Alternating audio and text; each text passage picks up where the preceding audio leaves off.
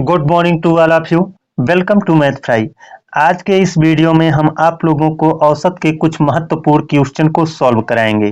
Question को solve करने का जो सबसे आसान तरीका होगा उसी आसान तरीके से आपको हम सॉल्व कराएंगे। तो चलिए देखते हैं अपना पहला क्वेश्चन। और पहले क्वेश्चन में दिया है प्रथम 5 अभाज्य संख्याओं का औसत क्या होगा। यहाँ पर हमको प्रथम 5 अभाज्य संख्याओं का औसत निकालना है। देखिए दोस्तों, सबसे छोटी अभाज्य संख्या होती है 2, है ना। और इसके बाद देखिए प्रथम यानी शुरू से कह रहा है, तो शुरू से यानी प्रथम अभाज्य संख्या कौन सी है? 2 है, उसके बाद 3 है, उसके बाद 5 है, उसके बाद 7 है, उसके बाद 11 है। इन्हीं का क्या निकालना है? औसत निकालना है। और औसत निकालने का सूत्र क्या है? तो देखेंगे, औसत निकालने का जो सूत्र है, औसत बराबर होता है पदों का योग, पदों का योग बटे पद संख्या, बटे क्या रहेगा? पद संख्या रहेगा। यानी इन सबको हम जोड़ेंगे, है ना। जितनी संख्याएं हैं सबको जोड़ेंगे और जितनी संख्याएं हैं उतने से भाग कर देंगे। यानी 10 संख्याएं हैं तो 10 को जोड़ करके 10 से भाग करेंगे। 5 संख्याएं हैं तो 5 को जोड़ करके 5 से भाग करेंगे। 20 संख्याएं हैं तो 20 को जोड़ करके 20 से भाग करेंगे। यहाँ पर हमारे पास 5 संख्याएं हैं तो 5 को जोड़ करके 5 से भाग करेंगे। चलिए 5 को जोड़ते हैं और 5 से भाग करते हैं। 5 को जोड़ेंगे तो 2 और 3 5 हो गया, और ये 5 10 हो गया, 10 7 17, 17 और 11 28 हो जाएगा। यानी 5 को जोड़ लिया तो 28 हो गया। और जब 5 को जोड़ लिया है तो देखो 5 से भाग करेंगे, और 5 से भाग करेंगे तो 5 पचे 25, 28 में से 25 कट गया, बचा कितना? 3। और जब 3 बच गया है तो ये 3 कटेगा नहीं, इसके पीछे 0 लगाएंगे तभी कटेगा। लेकिन 0 जब लगाएंगे तो यहाँ दशमलव बढ़ाना पड़ेगा, और दशमलव हमने बढ़ा दिया तो यहाँ 0 लग गया, और ये हो गया 30, और 5 छक 30। यानी 5.6 हमारा क्या आ गया? उत्तर आ गया। 5.6 हमारा क्या आ गया? उत्तर आ गया। दोस्तों एक और मैं तरीका बता रहा हूँ, उस तरीके को भी समझ लीजिए, क्योंकि यहाँ पर तो हमारे पास छोटे छोटे नंबर हैं, इनको आसानी से जोड़ करके भाग भी किया जा सकता है। लेकिन जब आपके सामने बड़ी बड़ी संख्याएं रहेंगी, उनको जोड़ना होगा तो आपको काफी मुश्किल होगा। तो जो तरीका मैं बताने जा रहा हूँ उसको अच्छे से जान लीजिए, समझ लीजिए, और उसको भी हम प्रयोग करेंगे। जब आवश्यकता हमको होगी उस तरीके को भी हम लगाएंगे। तो देखिए इन पांचों में जो मध्य में है वो कौन है? इन पांचों में जो मध्य में है वो क्या है? 5 है। तो हम 5 से तुलना कर लेते हैं। 5 से तुलना करते हैं तो ये कितना है? 3 कम है ना। 5 से ये वाली संख्या क्या है? 3 कम है। और 5 से ये वाली संख्या कितनी कम है? 2 कम है, तो -2 कर दिया। 5 से ये वाली संख्या कुछ भी कम नहीं है तो 0 है। 5 से ये वाली संख्या कम नहीं है बल्कि ज्यादा है। कितना ज्यादा है? 2, तो +2 कर दिया। 5 से ये कितना ज्यादा है? 6, है ना। तो यहाँ पर 6 रख लिया। अब देखिए इनको बैलेंस करना है ना। हमने इनका औसत अनुमान में कितना ले लिया है? 5 ले लिया है। और अब 5 ले लिया, अब बैलेंस करते हैं। जो घटेगा बढ़ेगा उसको हम इसमें जोड़ घटा लेंगे। तो बैलेंस करेंगे, यहाँ पर -2 और ये +2 कैंसिल हो जाएगा, और ये धन में 6 है और यहाँ पर ऋण में 3 है। तो धन 6 ऋण 3 कितना हो जाएगा? 3। यानी 3 बच रहा है, और ये 3 बटेगा कितने लोगों में? कितनी संख्याएं हैं? 5 संख्याएं, तो 5 से भाग दे देते हैं, है ना। अब देखिए 3 में जब हम 5 से भाग देंगे जाएगा नहीं, तो दशमलव लगाएंगे और यहाँ 0 बढ़ेगा। 5 छक 30। तो हमारा अनुमान में पहले 5 था, अब बढ़ कितना रहा है? 0.6, यानी 5.6 हमारा क्या हो जाएगा? उत्तर हो जाएगा। दोस्तों अगर आप इसको अच्छे से समझना चाहते हैं तो पीछे का जो मैंने वीडियो बनाया है उसमें हमने बड़ी बड़ी संख्याओं को लेकर के उनको बहुत ही आसानी से बिना जोड़े घटाए, बिना औसत का ये फार्मूला लगाए मैंने उसको लगाया है। आप जा करके उसको देखिए, बेहतर ढंग से आपको समझ में आ जाएगा। तो चलिए चलते हैं अपने दूसरे क्वेश्चन पर, और दूसरे क्वेश्चन को भी लगाना सीख लेते हैं। ये देखिए दूसरा क्वेश्चन है, इसमें कहा है 30, 35, 29, 28, 31 का औसत क्या होगा। तो औसत निकालने के लिए हमको क्या करना होगा? इन पांचों को जोड़ना होगा। 1 2 3 4 5, पांचों को जोड़ते हैं, है ना। जोड़ करके 5 से भाग तक करेंगे। तो पांचों को जोड़िए, देखिए कितना होगा। ये 30, 35, 65 हो गया, 65, और ये 29 और 31, ये भी 60 होगा, 65 60 125, 125 में 28 जोड़ देंगे तो 125 और 28 153 हो जाएगा। तो पांचों का योग 153 हुआ, बटे कितना करेंगे 5, 5 से डिवाइड कर दो। देखो 5 तिया 15 है ना, उसके बाद 3 काटेंगे, नहीं कटेगा, जीरो लगा देंगे, और जीरो लगा देंगे तो दशमलव लगाएंगे, ये हो जाएगा 30 5 36, 30.6 हमारा क्या हो जाएगा, उत्तर हो जाएगा। 30.6 क्या होगा, उत्तर हो गया। देखिए दोस्तों, दूसरा वाला तरीका क्या है उसको मैं एक बार फिर से बताऊंगा। ये जो संख्या है 30 है, 35 है, 29 है, 28 है, 31 है, ये सब ओवरऑल कुछ किस संख्या के इर्द गिर्द हैं, तो हमने मान लिया कितने के, 30 के इर्द गिर्द हैं। तो 30 से इस वाले 30 की तुलना करेंगे तो कोई अंतर नहीं, यानी जीरो का। 30 से ये वाला 5 ज्यादा है तो यहाँ 5 कर लिया, 30 से ये वाला 1 कम है, और 30 से ये वाला 2 कम है, और 30 से ये वाला कितना, 1 ज्यादा है। बैलेंस कर देते हैं, +1 -1 कैंसिल हो गया, 5 से हमने 2 को घटा दिया तो कितना हो गया, 3 हो गया। यानी हमने अपना अनुमान में 30 माना था, है ना, और इसी 30 को माना था। अब इसी 30 में क्या है, ये 5 प्लस में है, 2 क्या है, माइनस में है, तो 5 से 2 गया 3, और 3 को इन पांचों में बांट दो, तो 5 में बांटेंगे तो यहाँ पर क्या हो जाएगा, 5 से डिवाइड करेंगे तो देखिए 5 छक 30.6 आएगा, 30 और 0.6 को जोड़ लेंगे, 30.6 हमारा क्या हो जाएगा, उत्तर हो जाएगा। दोस्तों, इस मेथड का प्रयोग हम तब करेंगे जब हमारे सामने बड़ी बड़ी संख्याएं रहेंगी जिनको जोड़ना काफी मुश्किल होगा, है ना।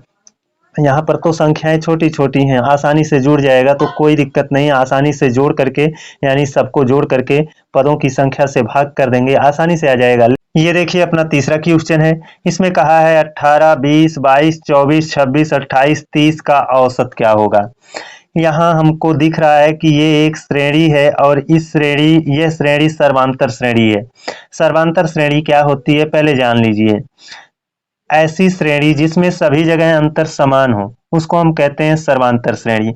इसमें सब जगह अंतर समान है ना। देखो 18 और 20 में 2 का अंतर है, 20 और 22 में 2 का अंतर है, और 22 और 24 में 2 का अंतर। वैसे ही आगे सब जगह अंतर कैसा है, 2 का ही है, यानी सभी जगह अंतर समान है। और जब सभी जगह अंतर समान हो तो उसको कहते हैं सर्वांतर, यानी सब जगह अंतर समान हो तो उसको कहते हैं सर्वांतर श्रेणी, यानी सब जगह अंतर समान हो। तो जब सर्वांतर श्रेणी होती है, सभी जगह अंतर समान होता है, तो मध्य में जो रहता है, एकदम जो बीचों बीच रहता है, वही क्या होता है, औसत होता है। तो देखिए कितनी संख्याएं, 1 2 3 4 5 6 7, 7 संख्याएं हैं। तो सातों में देखिए 7 संख्याएं हैं, तो 3 इधर कर दो, 3 इधर कर दो, बचा ये बीच में, बीचों बीच यही है, अतः इसका औसत क्या होगा, 24 होगा। इसका औसत क्या होगा, 24 होगा। अब दूसरी बात सुन लीजिए, अगर हो सकता है आपके पास क्या नाम है कि 70 संख्याएं हो, 80 संख्याएं हो, है ना, तब बीच में आप ढूंढने जाओ तो वहां पर ढूंढना मुश्किल हो जाता है। ऐसी दशा में हमेशा जानते रहिए, सर्वांतर श्रेणी का औसत निकालने का सूत्र जान लीजिए, है ना। सर्वांतर श्रेणी का औसत निकालने का सूत्र होता है प्रथम संख्या धन अंतिम संख्या, यानी प्रथम धन अंतिम बटे 2 कर देना। प्रथम धन अंतिम बटे 2 कर देना। ये ज्यादा मुश्किल भी नहीं है, आसान है। सब जगह अंतर समान दिखे तो पहली संख्या अंतिम संख्या को जोड़ करके 2 से भाग कर देना। पहली संख्या कितना है, 18, और दूसरा अंतिम संख्या क्या है, 30। 18 और 30 को जोड़ेंगे तो देखिएगा 18 + 30 करेंगे, बटे 2 करेंगे, 18 और 30 को जोड़ लीजिए, कितना हो जाएगा, 30 × 40 48, 48 का आधा कर दीजिए, कितना हो गया, 24। आपका उत्तर आ गया कितना, 24, है ना। तो जब आपके सामने 6-7 संख्याएं हो तो बीचों बीच कौन है, उसको तो आप चुन ले जाओगे, है ना। हो सकता है आपके सामने 80 संख्याएं हो, 90 संख्याएं हो, ऐसे में आपको बीचों बीच कौन सी संख्या है ये चुनना थोड़ा सा कठिन हो जाता है, तो आप इसका प्रयोग कर लेना, प्रथम संख्या धन अंतिम संख्या बटे 2, है ना। चलिए देखते हैं आगे का क्वेश्चन, उसमें भी आपको कुछ ना कुछ नया सीखने को मिलेगा।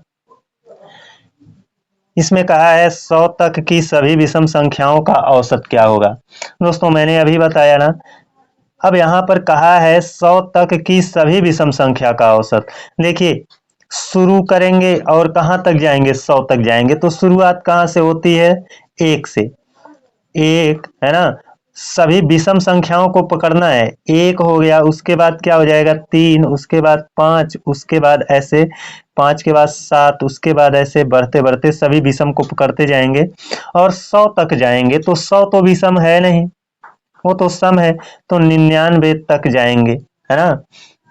1 से लेकर के 99, है ना, कुल मिलाकर के 100 तक आप जाएंगे तो पहली विषम संख्या 1 और अंतिम विषम संख्या 99 होगी।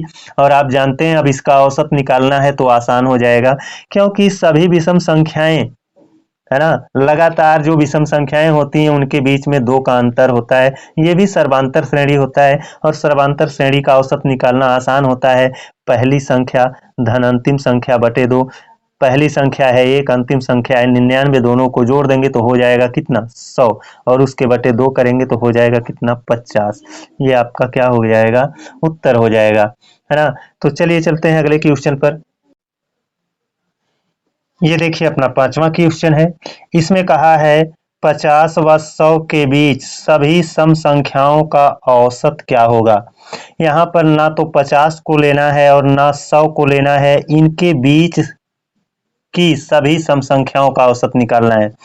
तो देखिए 50 से आगे बढ़ेंगे तो 52, है ना, उसके बाद 54, उसके बाद 56, ऐसे बढ़ते जाएंगे।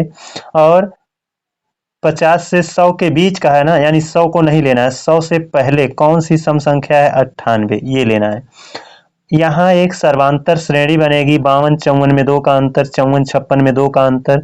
तो जब सर्वांतर श्रेणी होती है तो औसत निकालना, औसत निकालने का सूत्र अभी हमने बताया, प्रथम संख्या धन अंतिम संख्या बटे 2। तो पहली संख्या है 52 और ये है 98, है ना। पहली संख्या है क्या, 52, और ये है कितना, 98। दोनों को जोड़ लेंगे तो 98 और 52 जोड़ेंगे तो हो जाएगा 150, और 150 का आधा कर देंगे, हो जाएगा कितना, 75। और 75 आपको ऑप्शन में नहीं मिल पाएगा, है ना, क्योंकि हमने संशोधित तो किया लेकिन यहाँ पर ऑप्शन नहीं बढ़ा पाए थे। तो 75 अगर हम एक ऑप्शन बनाते हैं तो ये वाला आपका सही हो पाएगा। चलिए चलते हैं अगले क्वेश्चन पर। ये देखिए अपना 6वां क्वेश्चन है। इसमें कहा है 9 के प्रथम 9 गुणज का औसत क्या होगा। तो 9 के प्रथम 9 गुणज, गुणज का मतलब आप जान रहे हो, टेबल ही पढ़ना होता है। 9 का पहला गुणज क्या होगा, 9। 9 का दूसरा गुणज क्या होगा, 9 दूना 18। 9 का तीसरा गुणज 9 तिया 27 हो जाएगा, है ना। ऐसे ही बढ़ते जाएंगे और 9 का 9वां गुणज 9 9 81 होगा। कोई भी संख्या हो उसका जो गुणज होता है ना, उसके गुणज को लेकर के एक सीरीज बनाते हैं तो वो सर्वांतर सीरीज होती है। अब 9 का पहाड़ा पढ़ पढ़ करके हमने संख्या रखा है तो सब जगह अंतर क्या रहेगा, 9 का रहेगा।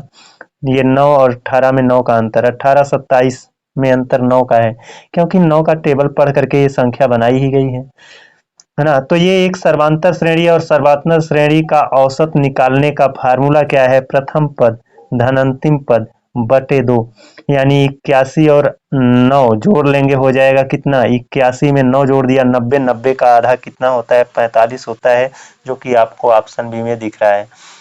दोस्तों कैसा रहा हमारा ये सेशंस, कैसा रहा ये हमारा क्लास, आप कमेंट करके जरूर बताना। आज के लिए बस इतना ही, अगले दिन आप लोगों से एक और बेहतर क्लास में मिलेंगे, तब तक के लिए धन्यवाद।